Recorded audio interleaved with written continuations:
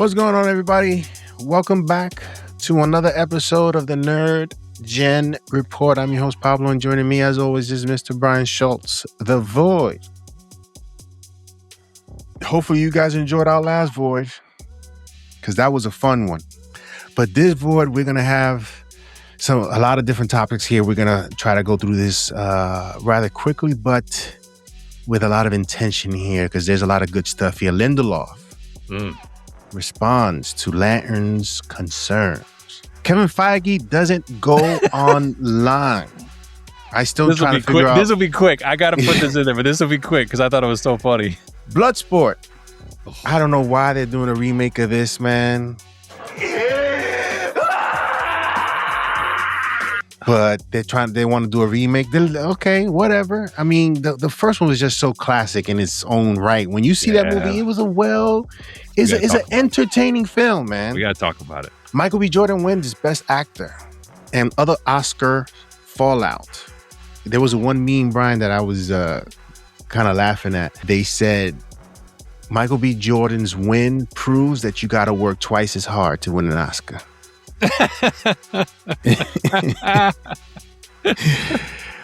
Michael B. Jordan and Austin Butler versus an antagonist that we have been sort of pushing for him to do for Mission Impossible, if they ever did a Mission Impossible again and let this be his last hurrah. But he is getting back into this antagonist role again. So we'll talk about that. Live action Assassin's Creed. Since the last time we've spoken about it, I haven't heard anything else. So I'll be interested in hearing what they have to say about that. And Scooby-Doo, something that I've been saying, Scooby-Doo is a very interesting sort of situation that they can do there. If they do it right, let's see if they do it right. They tried to do something with Thelma in an animated form. That didn't really work out. No. And it wasn't what I was quite expecting for them to do. But let's see what they do with this. And 2 hours and 20 minutes for Mando Grogu. Come on, man. That's pretty long, man. The fact that they're showing Pedro Pascal's face in this, man, was like, that's it, yo. You did it once, leave it there, and let's continue on what we've been doing with, but now is like, whatever. It's the desperate nature of it is creeping up in this. And Supergirl, because Supergirl is only 145. Tight. Good work. That's positive. So let's see. Yeah. Lanterns, Brian. What concerns has Lindelof responded to? They're getting a lot of mileage out of this no green, man. I'm telling, I just have this feeling they're going to be sitting there having the last laugh on this. And they're just like, they love that people are all over this. Anyway, but there's a subplot to this. So obviously no green. People complaining about the trailer being a lot of brown and no green. And then people finding in the old archives that Damon Lindelof had actually made what was a joke, but, sense of humor these days is kind of at a premium. So he said on a podcast in 2024, it's called Lanterns because we all agree green was stupid. So now it's just lanterns, end quote. Come on, man. He's not saying that dead serious. He was saying that as a joke. But now, it did actually get the attention of Grant Morrison, of course, noted comics writer, including Green Lantern writer, who didn't take it as a joke. So he said, quote, the only people who give an F about the Lanterns TV series are Green Lanterns fans, so why alienate them at the start? That's what feels like stupid, end quote. To which Lindelof put out a long apology, a 5-paragraph apology. Yeah. Grant Morrison, I think, who wrote one of my favorite Justice League storylines with the White Martians, I believe. And All-Star Superman, right? Yes, I believe so. So what was the apology? Well, I won't give you the whole 5 paragraphs, but damn, that's a long apology. I'll give you 2 excerpts. Okay. This is literally Lindelof in the apology. Green is not stupid. It's my lifelong favorite color. I have a questionnaire I filled out in 3rd grade to prove it. Green is effing awesome, end quote. That's where we are with this. Yeah. Then his ending. I was sloppy and careless with my words. Ironic considering I care so much about Hal, John, and the entire Corps. I can and will do better to be worthy of the oath. Until then, I will let the show speak for itself, and I can't wait for you all to hear what that has to say. End quote. That's the part that makes me think he's sitting there being like, y'all just buzzing about something that's not going to be a factor by the time you get to the end of this. Yeah. And I can't wait. We can't wait to see what this is going to be and what we thought, because obviously what they've shown us, they're holding back quite a bit. And when we see it in all its glory, we're going to be like sorry for being jerks or something like that. I don't know. But yeah, no, I think that could be. You have a lot of fans who might be doing a mea culpa that like we got by the trailer and they were saving all the best parts. Now, the other breadcrumbs that make me think, again, they are not concerned. They're kind of, they're being PC, but they're not concerned. Nathan Fillion responded to the apology and said, "Loved the joke. Keep up the great work." James Gunn responded to Fillion with just a heart emoji in green. So you got two guys in the DCU who kind of are sanctioning Lindelof, kind of blessing Lindelof's apology, but blessing Lindelof and the series. I think to me, that's also a wink to say, it's fine, relax. Yeah. Kevin Feige doesn't go online. What is that about, Brian? So the only reason I brought this up is there is this little bit of like Feige versus Gunn counterpoint point going on, because we know Gunn is online. That guy lives online, right? Mm-hmm. So someone asked Kevin Feige when he was at the USC School of Cinematic Arts about online discussions around the MCU and kind of like how aware is he of it? How much time does he spend trying to use that? And he said, quote, "It will crush you. There are hours and hours of theories on YouTube, hours and hours on TikTok, hours on the subreddits. You can read everything on everything and get a different point of view on it, and you can go crazy. So no, we don't do that." And then he went on to say he spends all of his time on test screenings, and he gets all of his feedback from the test screenings, and that's what he uses as a proxy for what the audience likes or is worried about to drive changes in the films. But he won't participate or get into the online, which is kind of saying, I won't do what James does. I mean, he's literally saying, like, I just won't do what James is doing. And I don't know that I don't think he's taking it as a dig at him. I think he's just trying to illustrate Marvel is different than DCU in the sense of how we use audience feedback to try to create our product. But to that, I'd say, what indicators did you see for the last few years with these movies that didn't really what was the indicator for you for the Marvels? I'm sorry, because you clearly misread the broader audience with some of these. I mean, even like I said, even Thunderbolts and Fantastic Four, right? They disappointed commercially, even though they're solid films. So you're right. There's a disconnect between the feedback they're getting and what they're putting out. Bloodsport Remake. This came out of nowhere. Why? Why? You can watch A24's doing it. Huh? So A24 is the one doing it. I mean, and obviously they are high up there in terms of hit rate, in terms of what they bring to the table with regards to movies and entertaining films and originality as well. But Bloodsport is something, I mean, if they can find someone, I mean, if we watch Bloodsport, Brian, that's will be a show we do. A Bloodsport rewatch. Absolutely, I'm up for it. That is a classic. I'm sorry, it's a cult classic, but it's a classic. Yeah, because you're inviting a lot of comparison here. Bolo Yeung, Jean-Claude, the dude that was betting on the fights. Oh, what? Yeah, the guy with the glasses, the big guy, his friend. Yeah. Is like how I almost see it as Like, to me, White Man Can't Jump was a entertaining film. And then they did a remake of it that went nowhere.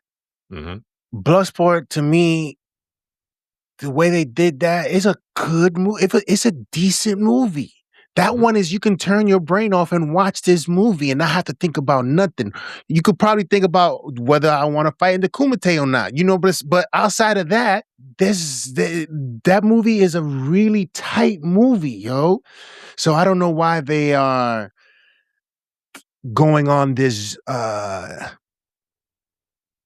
this journey of remaking Bloodsport. What are your thoughts when you heard this was happening? And who's the director? So here's the other weird part. So A24, obviously indie film darling, is doing this. Michaela Coel, the actress, is who's writing and directing this. And said in a statement, quote, "I have long been in awe of the fighters and astounded by the discipline, intensity, and isolation the sport demands of them. I'm excited to explore this world, especially so with A24 as my collaborators. Let's effing go." End quote. Okay.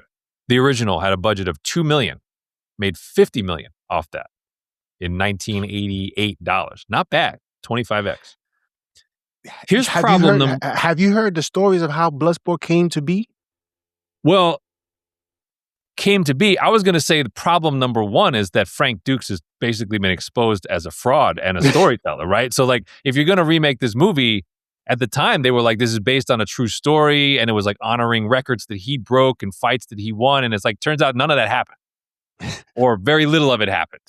Yeah. So that's kind of problematic for a remake if basically you're going to be like, this story is not true. So this is fiction. So that's an interesting, like, I don't think we've seen that where like we've seen a movie remake of something that was basically debunked after it came out. But I think you ordered this correctly. I think the toughest character to replicate is not Frank Dukes. It's Chong Li. I think that's actually the impossible challenge, because Bolo Yeung as the villain in this movie, I think is off the charts. Like, he's as bizarre as he is fearsome. And that actor is not out there. Yeah. A guy who looks that physically imposing, who has that kind of like bizarre personality when he's fighting, and then has that halting delivery of his few lines. That guy doesn't exist. I'm sorry. But it's just, it's the great display of minimalism, right? Where they use him properly, where he's like, what did he say before the final fight? He's like, "You break my record, now I break you. I break you like I break your friend." A friend. It's perfect. Yeah. You can't find another guy to deliver that line. And then you're right. I think Van Damme, for all of his, you could say all of his shortcomings, he's electrifying as a martial artist in that movie. And finding a guy to do that and that's the thing. The martial arts in that movie are excellent. There's a lot of disciplines that they feature. So you would have to find fighters who can really believably give you an array of fights, because like part of the fun of that movie is like the fights that don't involve either Chong Li or Frank Dukes. They just have these random two guys you get to see fight. Like they had the big sumo guy and like the little guy who's like leaping around the mat. It's like, those are fun scenes to watch. Those were early days of the UFC. That's what that was. So I think this seems like a doomed to fail remake to me. I just don't see it. Yeah, I mean, there's nostalgia, but this is not it. This is not it. So Bloodsport came about with Jean-Claude begging to be in a movie, wanting to do a movie, and the guy said, "Hey, give him Bloodsport." They didn't care about this. This was his opportunity, and he turned and made it into a success. And then the story of Jean-Claude Van Damme and the rest of his movies are born. But that was it. And it was what it was. And it continues to be something that if it's on TV, you'll watch to sort of attempt. I mean, and we've seen so many other films as of late of combat sports. How is this going to be different? You got Street Fighter, you got Mortal Kombat coming out. As, obviously these are a little bit more extravagant and out there, but how do you make us care about this is what the question I think will be for when it comes out and whether it's successful or not. I don't know. This is a risky. If I'm in the room, I'm like, nah, don't do this. No, But y'all I do what y'all agree. want to do. I agree. I think to do this, I almost think the pitch would have to come from the successor to Van Damme. Like it would basically be like the actor, like you already have the guy. Yeah. And the guy is so wow that he goes in the room and you're like, I buy it. He can lift this. Unless you have that guy already in hand, who I don't necessarily see. He's probably going to be an unknown, as the way Van Damme was an unknown. Yes. I don't. And like I said, I think you need a Chong Li. Like you need somebody as his foil that is as menacing and as, like I said, kind of weird as Bolo Yeung plays that villain. Bolo Yeung, by the way, that's like it's like a whole other conversation. But like him and being an Enter the Dragon and Bloodsport like 15 years apart, and like what he contributes to both those movies is he's got a unique place in the pantheon of martial arts film. Yeah. Michael B. Jordan wins Best Actor, and other Oscars fall out. I mean, what is there to say than congratulations to him for what we expected and hoped for in terms of him winning that award, because he certainly deserved it, especially playing two distinct characters that looked the same. And it was obviously this propels him hopefully into doing good stuff. And his choices, I mean, hey, stick with Ryan Coogler. What do you got going on? What you got in the vote? What do you want to do? Let's do it. But certainly he is going to get a lot of offers because he is the guy right now. He's the reigning champ. So hopefully the directors or the people working with him can get performances out of him that don't feel like they're, the same guy, so to speak, so that's the key. I think what Sinners, when we talked about it at the time when we saw the movie, it was an eye-opening double performance from him. Coogler pushed him to a new place as an actor. And I think it's now incumbent upon Michael B. Jordan to convert that into different roles in different genres. But I thought it was very cool to see. I did not expect him to be rewarded. I knew he'd get the nomination. I think when we talked about it at the time, we're like, yeah, almost certainly he's going to be nominated. I thought he would have an uphill battle to win, especially when we saw kind of, Leo in one battle after another, and then Chalamet and Marty Supreme. We're like, oh, he's going to have to climb over some really big stuff. And I thought it was pretty heartwarming to kind of see him get that reward. And Coogler's reaction, I thought, was very cool, where he comes over to him to get the kind of the bro hug and the high five. And it's like, you can just see like that is years of relationship paying off in that moment. And I think that's very, very cool. And you're right. I mean, I think he and Ryan, he knows. I mean, he's going to keep working with Ryan Coogler, but and I think it's interesting that the Oscars did one of those. We've seen this before. They did it with Pulp Fiction, most notably, where they gave Tarantino the screenplay Oscar, and then he lost the directing Oscar. And this kind of happened here, where Coogler got the screenplay Oscar, but lost the directing Oscar to Paul Thomas Anderson, and one battle after another. I mean, I would have wanted to see Coogler win. I think he's certainly deserving. But you can't. I mean, I can't hate on the choice. I just thought it would have been cooler to see Sinners kind of sweep to even more success than it got. But you get a best actor, you get a best screenplay. I think they got best score. They got 4. They got another big one too that was in there. Where it was like, that's a hell of an effort for that film, which people saw as a risk.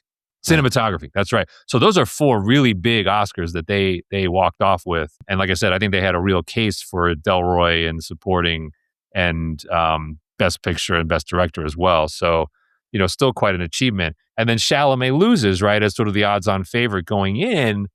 And so he goes into Dune 3 as still a nominee, not the reigning award winner, as I think many people would have thought. And instead, another project I think is about to become, I mean, we're already in on this project, but the Miami Vice remake with now we talk about what is Michael B. Jordan going to do with his Oscar. Well, this is something he's already set to do. He now enters the Miami Vice remake as the reigning best actor. And he's supposedly going to be alongside another former best actor nominee in Austin Butler.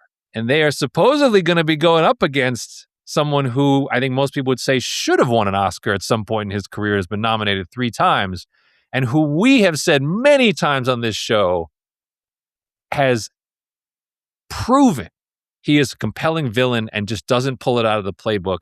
Joe Kosinski reportedly going after and maybe has a real shot at getting Tom Cruise to be the villain of Miami Vice against Michael B. Jordan and Austin Butler. Pablo, this movie, I mean, come on. Like, what else do we need? Like, where's the Mickey? What are we waiting for? Kosinski, Cruise, Michael B. Jordan with a Best Actor, and Austin Butler in a Miami Vice movie? Talk about things that I never thought we would see. Yeah, right? So this is not a lock yet, right? Not a lock. But here's the thing, I right? think he's going to probably do it because... I think he's going to do it because Kosinski and Cruise, right? Oblivion, Maverick, like these guys are close. I think it's going to happen. And I see Joe Kosinski at his home, like rewatching Collateral and like nodding his head. I'm with you, Joe. This guy can be, and to your point, if he does this, him Breaking Bad as Ethan Hunt has never been more possible. Because if he gets a reaction to this, Mission Impossible, question, the next one someone's going to bring with the new Paramount structure and like all that stuff going on. If no chance they don't go to him and say, "Hey, why don't we do this?" I think Paramount has interesting options here with if this goes well. This is the way I think of it. If I'm sitting with Paramount people, I'm like, listen, if he does this and Miami Vice is dope, we do Mission Impossible, and he's the guy that we have to go after because he's reached his breaking point. He's got the AI. He's corrupted by the AI. From that movie, you can now create on Paramount your Mission Impossible series. And you can create, again, we've talked about this experiment of TV to cinema. You can bring your new recruits, your new the guy situation and do something on TV, and then perhaps transport that into cinemas for a bigger film. But this is the way they have to think, Brian. And listen, I mean, we can get into this all day, but it's a no-brainer. Yeah. Collateral remains an underrated classic. He is awesome as Vincent. He absolutely can do a compelling villain. I have no doubt. I mean, Kosinski got a great performance out of him in Maverick, and probably this movie is like, my brain is going to break because we're going to have the cast of this movie and Heat 2, and I'm like, Austin Butler might be in both of those movies, by the way. But if, like I said, if Cruise is successful in channeling his inner Collateral again, how do you not do this? And by the way, I mean, he's kind of the mentor to Glenn Powell, and Glenn Powell's done stuff for Paramount. Make Glenn Powell the new IMF guy who's going up against his mentor. Like, make art imitate life. I mean, there, you got an easy sort of, recast if you want to bring a new agent in who's got some heat and all. It's too easy. That's just too easy to make this big, I think. Oh, man. Live action, Assassin's Creed. What's going on there? Yeah, this took so long to get going, and I'm just kind of excited that we finally are get going. And what's interesting, we're going to be talking about 2 Netflix series here. And we knew Netflix had the rights to Assassin's Creed. I didn't know they had the rights to Scooby-Doo for a TV show, because technically Scooby-Doo belongs to the new Paramount WB. And apparently Netflix is allowed to make a live action show off it, which they are doing. So, but the things we're getting now, so we have kind of a full cast. And I kind of like that the lead character of Assassin's Creed, Toby Wallace, kind of an unknown. So I think that's kind of a good choice. Like, you don't want too big of an actor inhabiting the assassin, but you surround that character with people that you've probably seen. So like Sean Harris, who was Solomon Lane in Mission Impossible 5 and 6, is apparently in this series now as one of the co-stars. Noomi Rapace from Prometheus, lead of Prometheus, and most famously from some of the, the girl with the dragon tattoo, the version that was made in Europe. She's also a co-star of this. And you've got showrunners from Westworld, Sons of Anarchy, Halo, and The Killing are running this show. It's Beast and Pedigree, Yes. This is now happening, and this sounds like it's going to be like a real deal, like a real big. And like, again, this is the kind of thing you could crank for seasons if you do it well. Yeah. I mean, the game itself has basically been that. So you could just mirror all the different games if you want and different time periods and just keep going. And then Scooby-Doo, live action Scooby-Doo. I agree with you. Live action is the way to go. And they went with kind of mostly unknown. So McKenna Grace is Daphne. And then you now have Maxwell Jenkins is playing Fred. Abby Ryder Fortson is playing Velma. And Tanner Hagen is playing Shaggy in an 8-episode series that explores how the Mystery Inc. gang first met. What do you think about that concept as where Netflix, classic Netflix, right? They're kind of starting not necessarily in the heart of the cartoon. They're giving you something tangential to that, a prequel. I like that.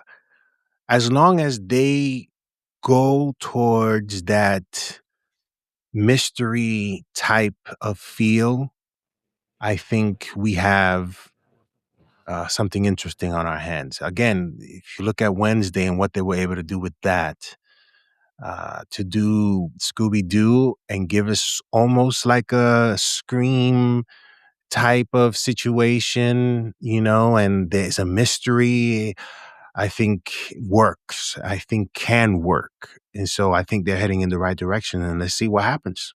The dog sounds like it's more of a peripheral character in this. So the way that what has been written about it, so what's been written about it is old friends Daphne and Shaggy get embroiled in a mystery tied to a lonely lost Great Dane puppy who may have been a witness to a murder. So that makes it sound like Scooby's in it, but kind of off to the side. And it's about the younger people. And it sort of says together with Velma, Fred, they set out to solve the case. So they said the series is trying to capture the tone of Stranger Things, filming next month for a 2027 release. Warner Brothers is working with Netflix on this. Very interesting, Brian. Very interesting. Yeah, so this could be yes. I mean, this is also one of those. It's like my kids never really had a reason to care about Scooby-Doo, and this feels like almost an entry point for her to discover Scooby-Doo. Yes, let's see how kid friendly it is. True, but I mean, by the time this comes out, she'll be 12, maybe almost 13. So like, she probably will be moving closer to the sweet spot of what this series is going for if it's a Stranger Things tone. Yeah. Mando Grogu is a long movie, 2 hours 20 minutes, and Supergirl is only 145. Yes, two movies that are full of adventures. We are trying to understand why this movie needs to be that long. We've seen 3 seasons of Mando Grogu. I don't know if we need 2 hours and 20 minutes of this, but I would suspect that for this movie, in hopes that it could possibly be a success, that there's more to it than just them and what they are trying to do. Because right now it's just Mando and Grogu. Right now, that's just it. Yep. We don't know what this is. Yep. So, what are your thoughts on this movie being this long? I don't get it. I mean, I give the ups to Supergirl. I mean, that's a +1, right? I've been down on the trailer. I'm worried about its prospects, but 145 is a very smart choice. Superman, I think, was 2 hours, pretty much right on the nose. Those are good decisions. Those are good editing and good creative decisions from DC to at least try to give this movie a little bit of a boost. You don't need to keep people in the theater for that long. Intro them to Supergirl, try to make it exciting, get some good pacing, get out of there. Yeah. The argument that like Mando Grogu is fine because most Star Wars movies have been trending toward 220, 230. Come on. This is not the same as Force Awakens or, Rise of Skywalker. It's not the same as that. You're aiming a little differently. You want the kids, like you want the families. This should not be over 2 hours. And to your point, it's like you had enough reps with this character that you should be able to manage. Like 2 hours is basically for this show, 4 episodes, right? For half a season. That should be enough for this film. I think it's a mistake that this movie is that long. I don't understand why it's that long. And you're right. Like part of the challenge for this that I feel like the trailers have not adequately achieved is why do we need a movie of this? What is it about this film that we can't see in the context of a season 4? Yeah. And it's like, you have to make me believe that it's bigger. There's been only 1 or 2 shots, right? We had the one in the Asia trailer that never got released in the US, single shot. I actually thought the opening shot of the latest trailer, that sort of sunset with the X-Wings coming in, I'm like, all right, cool. That looks cinematic. But the action, like with the huts and the action where he's like in the tunnels and Baby Yoda flying around, that's television stuff, man. It doesn't look like it's any bigger because it's on the big screen. And that's all stuff we've kind of seen before. The two of them, buddy cop teaming up, whatever. I don't feel it. I still don't feel it. And the fact that this is going to be 2.5 hours, like I said, it's like Project Hail Mary, as great as it is, totally different style of movie, adapting a novel. That's like 235. It's like Mando Grogu was 220? Come on. No need. Poor editing. Yeah. Let's see how rough of a start Dave Filoni is going to have as he takes control of this IP. Because it'll be interesting to see the talks that will be had after this movie is done. We may not hear it, but the talks will be had with Dave Filoni in terms of what his plans are for this IP, because you've already disappointed us with Dawn of the Jedi not be happening. We need Zach's fan base to help us out with Dawn of the Jedi. Like, do a little save the dawn movement. Word up. Because that's a movie that needs to be made, because we need to set some ground rules here. And that's what they were, I believe, afraid to sort of do. Especially, we were just talking about, oh man, you just jogged my memory with, like, that's a movie that needs to happen. That was, and Tom Cruise being a bad guy. There was one other movie that never got filmed that Tom Cruise originally signed to do as a bad guy. He was going to do a spy mano-a-mano movie with Denzel like 10 to 15 years ago. And he was going to be the villain. And he didn't do it probably because Mission Impossible was trending back up. And so he kind of wanted to preserve the Ethan Hunt, side of that. But that was one of those that happened. Like, they signed, they were both going to do it, and it never got made. And you're like, that's probably, can't rewind the clock now. But if you could, that's a movie that needed to be made. Dawn of the Jedi needs to get made, man. It needs to happen someday. This is I guess in our lifetime, this is the perfect time to do it. But it's unfortunate that they're not moving ahead. And again, Dave Filoni is going to be on the watch list. Yeah, that's the big range. Because I have any doubt whose side you're on.